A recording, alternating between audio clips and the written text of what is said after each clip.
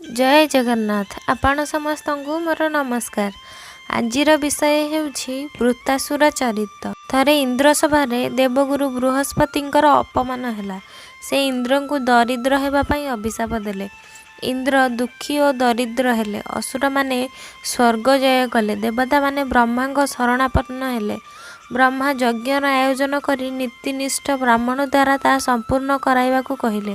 ତ୍ୱଷ୍ଟାପୁତ୍ର ବିଶ୍ୱରୂପକୁ ବ୍ରାହ୍ମଣ ରୂପରେ ବରଣ କରି ଯଜ୍ଞ କରାଗଲା। ସାରା ସଂସାରରେ ଯେ ଈଶ୍ୱରଙ୍କ ସ୍ୱରୂପକୁ ଦେଖନ୍ତି ସେ ବିଶ୍ୱରୂପ ଅଟନ୍ତି। ତାଙ୍କର ମାତୃକୁଳ ଅସୁର ହୋଇଥିବାରୁ ସେ ଯଜ୍ଞରେ ତାଙ୍କୁ ମଧ୍ୟ ଆହୁତି ପ୍ରଦାନ କଲେ।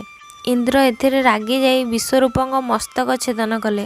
ଦେବତାମାନେ ନିଜର ଦେବଲୋକ ଫେରି ପାଇଲେ।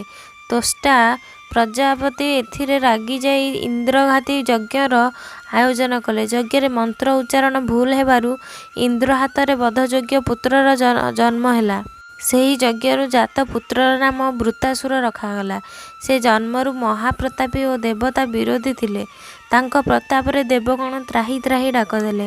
ଦେବତାମାନେ ଆକୁଳ ଭାବରେ ଭଗବାନଙ୍କର ଶରଣାପନ୍ନ ହେଲେ। ଭଗବାନ କହିଲେ, ଦଧିଚି ଋଷିଙ୍କର ଅସ୍ଥିରେ ବଜ୍ର ନିର୍ମାଣ କଲେ ସେହି ବଜ୍ରରେ ଅସୁରଙ୍କ ମୃତ୍ୟୁ ହେବ। ଦେବତାମାନେ ଅସ୍ଥିରେ ବଜ୍ର ନିର୍ମାଣ କଲେ। ଦେବତାମାନେ ନିଜର ଅଭିଳାଷ ଦଧିଚିଙ୍କୁ ଜଣାଇଲେ। ସେ ଅସ୍ଥି ପ୍ରଦାନ କରିବାକୁ ରାଜି ହେଲେ। ସେହି ଅସ୍ଥିରେ ବଜ୍ର ନିର୍ମାଣ କରାଗଲା। ଦେବତା ଓ ଅସୁରମାନଙ୍କ ମଧ୍ୟରେ ଭୟଙ୍କର ଯୁଦ୍ଧ ହେଲା। ଇନ୍ଦ୍ର ଯେତେବେଳେ ବଜ୍ର ପ୍ରହାର ନିମନ୍ତେ ବାହାରିଲେ ସେତେବେଳେ ବୃତ ଅସ୍ତ୍ର ତ୍ୟାଗ କରି ବ୍ରହ୍ମାସ୍ତ୍ରକୁ ସ୍ତୁତି କଲେ।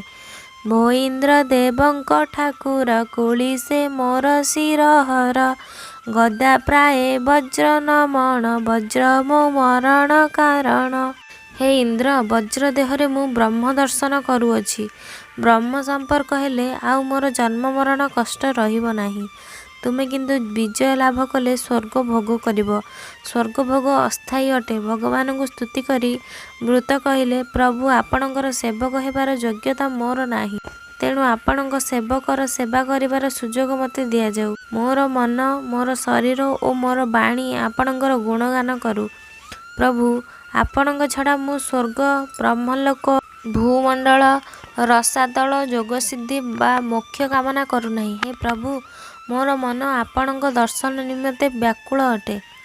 ଅଜାତ ପକ୍ଷ ଖଗ ଜେହ୍ନେ ମାତା ଲୋଡ଼ଇ ଅନୁକ୍ଷଣେ କ୍ଷୁଧାର୍ତ ହୋଇଣ ବାଛୁରୀ ମାତା ସ୍ତନକୁ ଇଚ୍ଛା କରି ପ୍ରବାସୀ ପତିପ୍ରିୟା ଜେହ୍ନେ ଲୋଡ଼ଇ ମୋ ମନ ତେସନେ। ଯେପରି ଡେଣା ଲାଗି ନଥିବା ପକ୍ଷୀ ଶାବକ ମା ପକ୍ଷୀକୁ ଅପେକ୍ଷା କରେ, ଛୋଟ ବାଛୁରୀ ଚରି ଯାଇଥିବା ଗୋରୁକୁ ଅପେକ୍ଷା କରେ, ବିଦେଶାଗତ ପତିକୁ ପତ୍ନୀ ଯେପରି ଅପେକ୍ଷା କରେ, ମୋ ମନ ସେପରି ଆପଣଙ୍କ ଦର୍ଶନ ନିମନ୍ତେ ବ୍ୟାକୁଳ ଅଟେ। ମୋ ମନରେ ମୋକ୍ଷ କାମନା ନାହିଁ। ଆପଣଙ୍କ ଉକ୍ତ ଗୃହରେ ମୋତେ ଗୋରୁ ଜନ୍ମ ମିଳୁ। ମୋ ଠାରୁ ସଂଗୃହୀତ ଦୁଗ୍ଧରେ ପ୍ରଭୁ ସେବା ହୋଇପାରିବ। ଇନ୍ଦ୍ର ବଜ୍ର ଦ୍ୱାରା ବୃତ୍ତାସୁରର ମୁଣ୍ଡ କାଟିଦେଲେ। ତାର ଶରୀରରୁ ନିର୍ଗତ ତେଜ ଈଶ୍ୱରଙ୍କ ଅଂଶରେ ମିଳିତ ହୋଇଗଲା। ପରୀକ୍ଷିତ ଆଶ୍ଚର୍ଯ୍ୟ ହୋଇ ପ୍ରଶ୍ନ କଲେ, ହେ ଗୁରୁଦେବ, ରାକ୍ଷସକୁ କିପରି ଈଶ୍ୱର ପ୍ରାପ୍ତି ହେଲା? ଶୁକଦେବ ତାର ପୂର୍ବଜନ୍ମ ବୃତ୍ତାନ୍ତ ଶୁଣାଇଲେ। ପୂର୍ବେ ସୁରସେନ ରାଜ୍ୟରେ ଚିତ୍ରକେତୁ ନାମରେ ଜଣେ ରାଜା ଥିଲେ। ତାଙ୍କର ଅନେକ ପତ୍ନୀ ଥିଲେ ମଧ୍ୟ ସେ ଅପୁତ୍ରିକ ଥିଲେ। ଥରେ ଅଙ୍ଗିରା ବ୍ରହ୍ମଜ୍ଞାନ ଶିକ୍ଷା ଦେବା ପାଇଁ ରାଜା ପାଖକୁ ଗଲେ। ହେ ରାଜା, ତୁ କାହିଁକି ଦୁଃଖିତ ଜଣାପଡ଼ୁଅଛୁ? ରାଜା କହିଲେ, ମୋର ପୁତ୍ର କଷ୍ଟ ଅଛି। ପୁତ୍ର ଜାତ ହେବାର ଉପାୟ କୁହନ୍ତୁ। ଋଷି ଯଜ୍ଞଚରୁ ପ୍ରଦାନ କଲେ। ରାଜା ତାହା ନେଇ ପାଟରାଣୀ କୃତଦୀପ୍ତିଙ୍କୁ ଦେଲେ। ରାଣୀ ତାହା ସେବନ କରିବାରୁ ତାଙ୍କ ଗର୍ଭରୁ ପୁତ୍ରଟିଏ ଜାତ ହେଲା। ରାଜାରାଣୀ ପୁତ୍ର ପାଇ ଖୁବ୍ ଆନନ୍ଦିତ ହେଲେ। ସୌତୁଣୀମାନଙ୍କୁ ଏହା ଅସହ୍ୟ ହେବାରୁ ବିଷ ଦେଇ ପୁତ୍ରକୁ ମାରିଦେଲେ। ରାଜା ଓ ରାଣୀ ପୁତ୍ର ଶୋକରେ ଅଧୀର ହୋଇପଡ଼ିଲେ। ପୁନର୍ବାର ଅଙ୍ଗିରା ଓ ନାରଦ ଆସି ରାଜାକୁ ଜ୍ଞାନୋପଦେଶ ଦେଲେ। ଜନ୍ମ ମୃତ୍ୟୁ ଚକ୍ରରେ ନ ପଡ଼ି ଈଶ୍ୱର ଉପାସନା କରିବା ପାଇଁ ନିର୍ଦ୍ଦେଶ ଦେଲେ। ଶଙ୍କର୍ଷଣ ଭଗବାନଙ୍କର ଉପାସନା କରିବା ପାଇଁ କହିଲେ।